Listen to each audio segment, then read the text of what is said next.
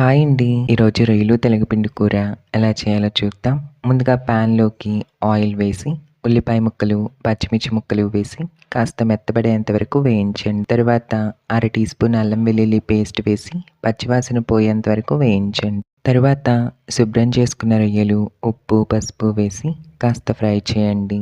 రొయ్యల్లో నుంచి వచ్చిన నీరంతా పూర్తిగా ఎగిరిపోయి ఆయిల్ సెపరేట్ అయ్యేంత వరకు ఫ్రై చేయండి. ఇలా ఆయిల్ సెపరేట్ అయ్యేంత వరకు ఫ్రై చేసిన తర్వాత కారం, ధనియాల పొడి, గరం మసాలా వేసి ఒక్క నిమిషం పాటు ఫ్రై చేయండి.